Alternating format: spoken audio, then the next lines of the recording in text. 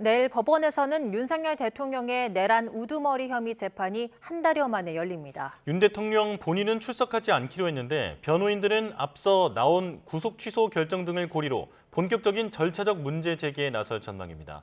법원에 취재기자 나가 있습니다. 송재인 기자. 네, 서울중앙지방법원입니다. 네, 윤 대통령은 지난 1차 공판 준비기일 때는 재판에 직접 출석하지 않았습니까? 이번에는 출석한다고요? 네, 맞습니다. 변호인단은 윤 대통령이 내일 2차 공판 준비기일에 출석하지 않을 예정이라고 밝혔습니다. 지난 7일 법원의 구속 취소 결정과 이후 검찰의 즉시항고 포기로 윤 대통령이 석방된 뒤 열리는 처음 재판인 만큼 당사자의 출석 또 공개 발언 여부에 관심이 쏠렸는데 이뤄지지 않게 된 겁니다. 변호인단은 준비기일에 피고인 출석 의무가 없기 때문이라고 설명했는데요.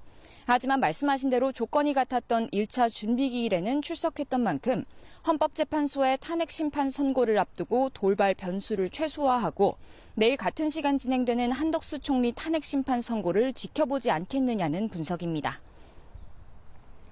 내일 재판에서 진행될 내용도 정리해 주시죠. 네, 우선 재판부는 윤 대통령 변호인단이 사건 기록 검토를 모두 마쳤는지 확인한 후 향후 재판 절차를 정리할 예정입니다. 윤 대통령 측은 YTN에 아직 기록 검토를 마치진 못했지만 공소 사실을 인정하는지 여부는 밝힐 계획이라고 설명했습니다. 재판부는 변호인단에게 공범들과 재판을 병합하는 데 대한 의견도 확인할 것으로 보입니다.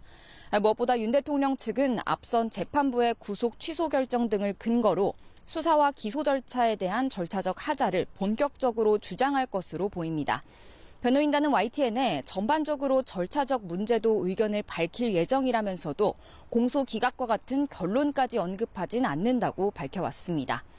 검찰은 검경 수사 기록을 토대로 윤 대통령을 기소해서 절차적 문제가 없다는 입장이라 당장 내일부터 양측의 공방이 본격화할 가능성이 있습니다. 지금까지 서울중앙지법에서 YTN 송재인입니다.